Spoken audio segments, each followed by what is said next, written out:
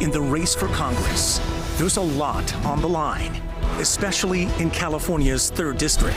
From the shores of Lake Tahoe to Placer and Sacramento suburbs, the Plumas National Forest, all the way to Death Valley. Tonight, the candidates answer questions that impact you. Inflation, Roe v. Wade, and more. Meet the Democrat, Dr. Kermit Jones, and the Republican State Assembly member, Kevin Kiley. This is the KCRA3 Cap Radio Debate for Congress, District 3. Now, moderators Edie Lambert and Nicole Nixon. Welcome to the debate between candidates in California's 3rd Congressional District. We want to quickly walk you through the ground rules that each of the candidates have agreed to. For each of the questions, they have a 1-minute answer. If there is a rebuttal or a follow-up question, they have 30 seconds to respond. For some of the questions, we're just looking for a quick yes or no answer. We want to thank all of our viewers and our listeners for sending in some really great questions. We've incorporated as many as possible, and we love to see all the interest in this debate. We want to start with a chance for each of you to clearly define your positions on issues that have been focal points this campaign season, and that each of you has you saying that your own position has been distorted.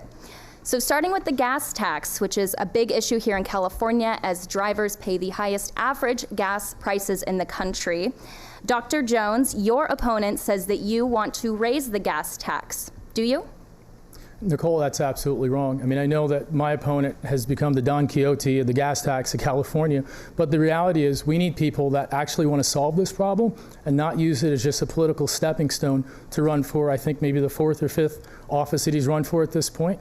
What I want to do is actually increase our ability to produce gas at home, increase our refining capabilities. That's something he could have worked on the Assembly. We know that there's 6 refineries that are down in California, and diversify our energy sources. I think those are things that we need to focus on. I've never been for the gas tax. I even said it in our last debate, but I think when you have a bunch of DC consultants telling you what to say, then you don't really care whether it's a truth or not, as long as you can get it on the air. So I've absolutely not been for raising the gas tax or any taxes on gas whatsoever. Just a quick follow-up. You say you want to increase the state's ability to produce at home, so you are for more oil drilling in the state of California. That's actually not what I said. I said that there's 6 refineries that are down. As you probably know, the output of a refinery is greater than the input of a refinery. So I think if we fix that issue, as well as diversify our energy sources, then we will get a better position to actually have energy independence and not have to go to other countries and beg them to turn on the spigot. Assemblymember Kiley, we want to give you a chance to clearly define your position on the federal gas tax. Well, of course I'm against it, and you just heard my opponent himself say he's criticizing me for trying to suspend the gas tax here in California that would save every driver 54 cents a gallon, and you just also heard him say that he doesn't want to increase our capacity to make America energy independent, which would lower gas prices across the board. But I want to thank everyone for tuning in tonight, and it would be a great honor to represent you as the new member of Congress for our district, a district where I was born and raised, where I went to local public schools, and that has always been my home. I'm planning on getting to work right away as your congressman to move our country in a new direction. And elections are about choices, and in this race we have a very clear choice. My opponent has spent much of his career in Washington, D.C. as a political staffer and as a lawyer. And he started this campaign by saying his goal was to keep his party in power, keep Pelosi as speaker, so they could make even more changes, in his words. I don't think we need to go further down the path that we're on right now. I think we need a new direction as a country. We need more balance. We need more common sense. We need a check against the overreaching policies in Washington, D.C. Quickly on the gas tax follow-up, how do you ensure that suspending the federal or state gas tax would actually result in lowered gas prices? Well, we've seen it happen. Other states have suspended their gas taxes. Even very blue states like New York and Connecticut have suspended their gas taxes, and those prices were passed on to consumers. The same thing would happen here. And so despite my opponent's criticism, I'm going to continue to advocate for folks to get at least 54 cents off of each gallon of gas by suspending the gas tax here, as well as suspending it at the federal level. Thanks. And as Nicole said, we wanted to start out this debate with giving you both a chance to set the record straight on some of the allegations that have been made during the campaign. So, Assemblymember Kiley, you have been portrayed in campaign ads as supporting a near total ban on abortions. Is that in fact your position? And also, would you vote for Senator Lindsey Graham's proposal for a federal ban on most abortions after 15 weeks of gestation? The answer to both of those is no. I think it's a state issue, and I'm running for a United States office. The Sacramento Bee did a fact check on my opponent's ads. They found that he was lying, and yet he continued to do the ads. And he's basically run a single issue campaign around this one issue. By the way, his own view on the issue is one that about 95% of the public does not support. He favors full elective abortion right up until the moment of birth. And so why is he fixating on this one issue, though? He has no plans for dealing with inflation, getting gas and grocery prices under control. He has no plans for securing the border. He has no plans for getting crime under control. And the reason he doesn't is because he supported all of the policies that led to these problems. He supported the $4 trillion spending spree that Nancy Pelosi rammed through Congress. He supported it every step of the way, and he began his campaign by saying his goal is to keep his party in power, keep Pelosi speaker, so we can have even more of that. I don't think we need to keep going down the direction we're going right now. I think we need a new direction as a country. We need change, and we need balance in our government. So the question was designed. Let me just first of all get you on the record for exactly where you stand in terms of your opposition to abortions. You said you don't support a near total ban. So for voters in your district, where exactly do you draw that line? There's nothing I do as a member of Congress that would in any way affect what's allowed in California. This is a state issue, and so the level of access that exists right now will not be affected by anything I do as a member of Congress. You don't want to state exactly where you might have exemptions, exceptions? Well, it's a state issue, so I wouldn't be voting to restrict anything as a member of Congress. All right, Dr. Jones. One of the things that I think my opponent and I do agree with is that Congress is broken, Washington's broken, and politicians like him are broken. I think the reality is there were so many lies that were just thrown out in the last 2 minutes. It's kind of hard to actually respond to them, but I'll try to do the best I can. One, never said anything that he said with respect to keeping the Democrats in power. I think in reality, both sides are broken. We have one side that focuses on things like defunding the police, and then we have the other side, like my opponent, that focuses on trying to lie their way through an election. He did have an opportunity to vote on strengthening the right to abortion in California and making a constitutional amendment, voted against it. He had an opportunity to make it so that women would not be criminalized for miscarriages. He voted against it. What he could do, other than trying to run on a single issue with respect to the gas tax, having actually gotten nothing done. That's the criticism. The criticism is he runs on issues, runs for office, costs us $240 million, which, by the way, would have bought about 60 million gallons of gas, which would have been about enough to pay for about the gas for about a quarter of the people in our district. Instead of focusing on the things that keeps him running for office, he focuses on those things that divide people. That's why we need something new. Voters consistently say they are extremely concerned about inflation and the rising cost of everything from milk to cars. So given that inflation is currently a very complex global issue, does Congress have a role to play in reining in these rising prices? Dr. Jones, this question will go to you first. I 100% think that Congress can do the right thing on this issue and has a lot of power with it. As you said, this is a global issue. It's an issue that came after the pandemic. It's one that does need us to bring our supply chains back home, makes us make sure that we need to bring jobs back to our district and lower the costs here in our district. One of the things that I focus on is a federal fire insurance plan, because I know that there are people in our district that are paying way too much. They used to pay $1,000 a year. Now they're paying over $10,000 a year. I want to lower that cost for them and help them with that cost. The cost of health care is way too much. That's why I think being able to negotiate down drug prices is a big deal. My opponent feels differently. He feels that taking money from pharmaceutical companies and voting their interests and making it so that children can have access to lower cost insulin is the way to go. I think we need something different. I think that approach is the cancer, and we actually need the cure. And the cure is to not have continuous politicians running for office, not focusing on our issues, but focusing on themselves.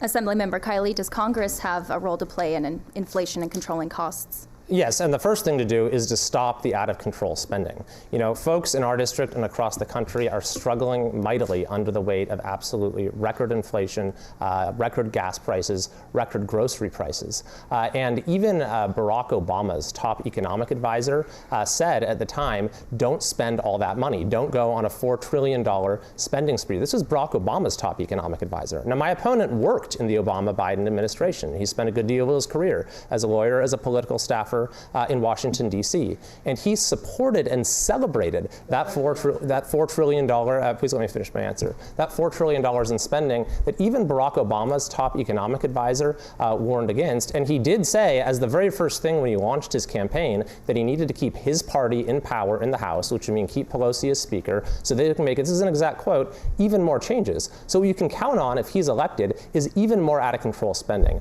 I'm going to rein in spending, I'm going to roll back regulations, and I'm going to pursue American energy independence so that we can set our own gas prices here and not be dependent on foreign I have a sources. follow-up for you, and then I'll give you a chance course, to rebut. yeah. What specifically would you cut?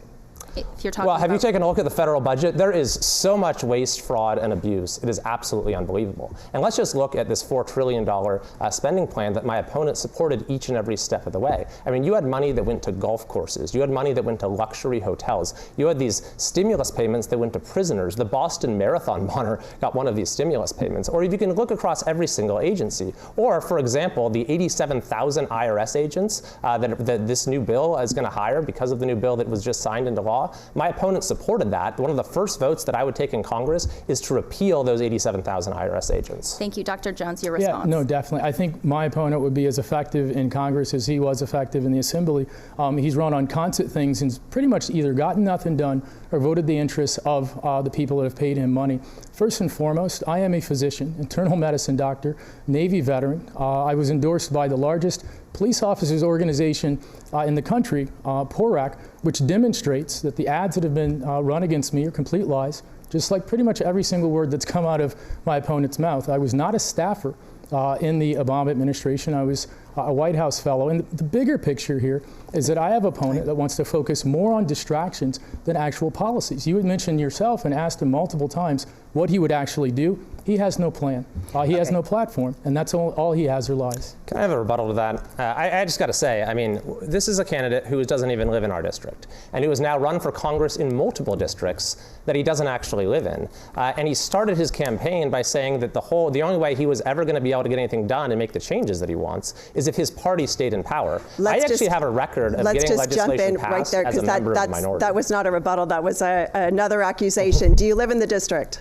I moved into this area 5 years ago. I've been here for the last 5 years. And I think the bigger picture here that my opponent wants to distract people from is that the whole time I was taking care of people with respect to their health care, he was standing with insurrectionists and neo-Nazis. And I think at the end of the day, what we need to focus on are people that have done things in this district, care about this district. I've never seen someone from a place do so little for it. He's voted against multiple things that actually could help people keep our kids safe with respect to red flag laws. Slung right back at you.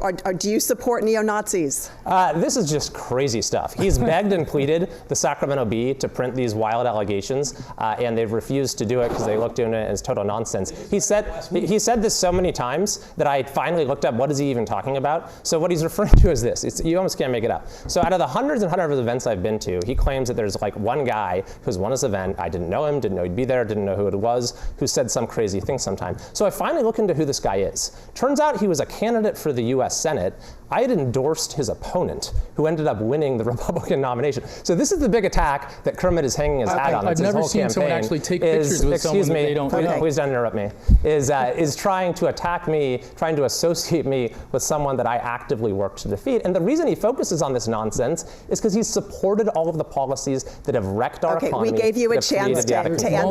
Multiple news outlets have demonstrated that you actually do associate with these people. Move you're trying this to not on. Associate with. We asked and answered. You can't make it up. Okay, so voters are also obviously very concerned about the economy. One of the places includes the housing market. Interest rates have more than doubled in the last year. Just this week, they hit 7%. That's the highest in 20 years.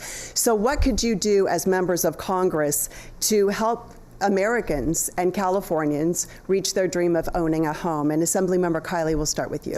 Well, we need to get our economy back on track. I mean, that's one of the biggest drivers of inflation is home prices. And home prices in California have been absolutely out of control. We make it so difficult to build in this state. We make it so difficult to even get a project off the ground. You had to have tens of thousands of dollars in fees. You can have years or decades that a project is waiting to make its way through the bureaucracy and to get approval. And you're right, this is the foundation of the American dream, and it's out of reach for far too many people, and it's why a lot of folks, by the way, are leaving our state. But the broader picture is that we have an economy that has been absolutely on the wrong track. And the first priority as a member of Congress is I want to get it back on track to make everything in our economy more affordable. So that means reining in spending. It means rolling back all of these regulations on businesses that have increased the cost of living for everyone. It means reactivating our workforce, so we're giving folks an incentive to work again.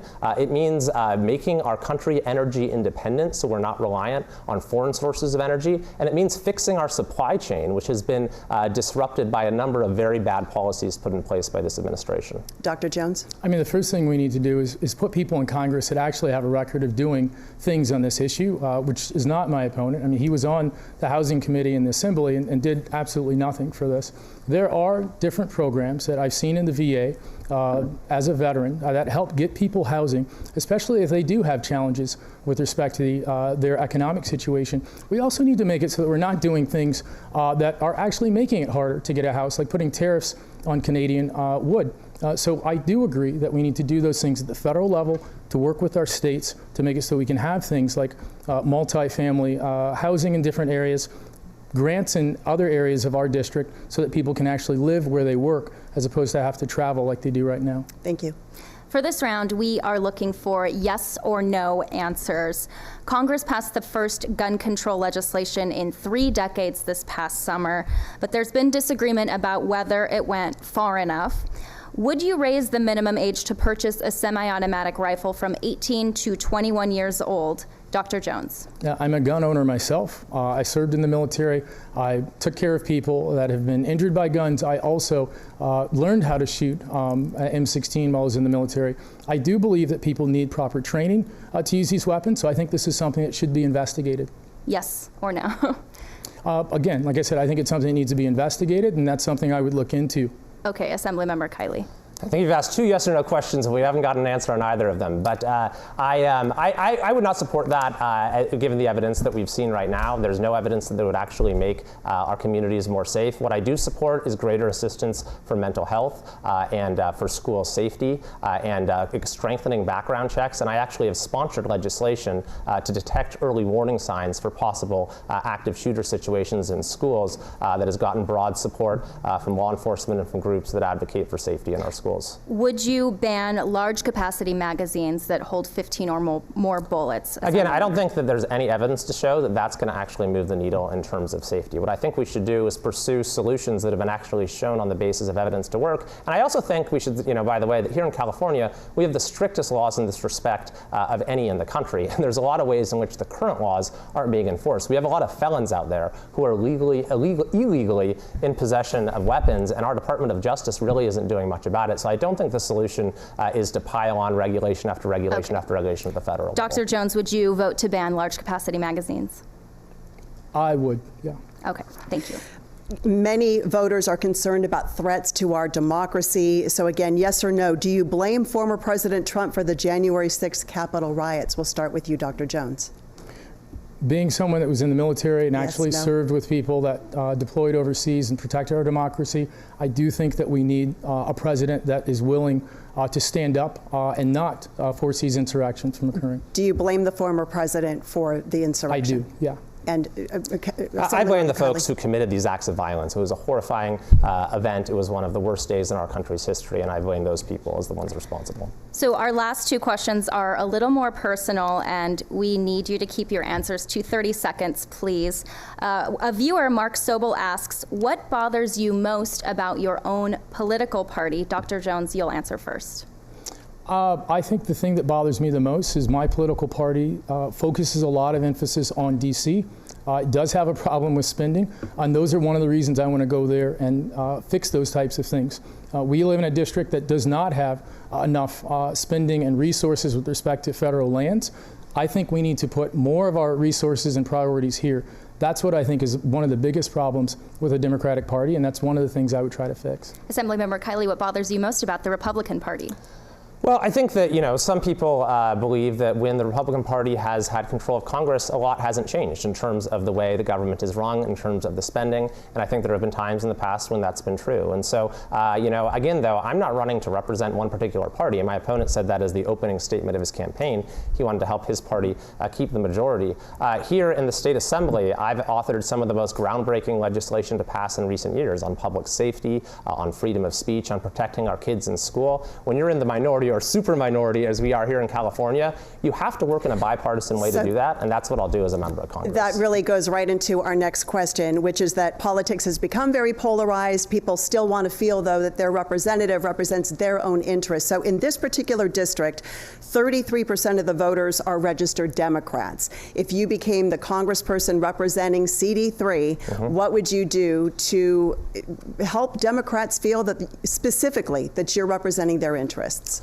Well, I've been very fortunate to get more votes than any member of my party in our state's entire history in any part of the state. And that's because I've gotten support from Democrats, Republicans, and independents. But what would you do? And people see that I don't necessarily agree with them on every single issue, but that I'm fighting for our area. And one example of this is fighting to get our schools open. We had our schools open earlier here than in any part of the state. California had the longest school shutdown in the country. My opponent went along with it. He never advocated for opening schools, and that harmed everyone. Democrat, Republican, and independent. And I have people to this day who tell me that they've never voted for another Republican except me because of what we were able to do for our kids. Assemblymember, thank you. So same question for you, but 38% of the registered voters in the 3rd Congressional District are registered Republicans. Right. If you became their congressperson, what would you do to reassure them that you would have their back? I mean, I would take care of them the same way that I take care of my patients. I've been a physician for about 17 years, more than half the time that my opponent's been alive. The things that I think people expect in their public leaders is that they're actually going to listen to them, focus on their issues, regardless of what they call themselves, regardless of who they love. They're going to focus on those issues that matter. So I will be a person that protects national access to abortion. I will be a person that protects those issues that people care about, whether it's their Social Security, which we know that some of the Republicans want to get rid of. So I will focus on those issues that they care about, regardless of whether they're Democrat or Republican. As long as it's right for our district, that's what I'm going to do. Thank you. We want to make sure you have time for final statements. Definitely. Those are coming up right after a quick break. Stay with us. Thanks.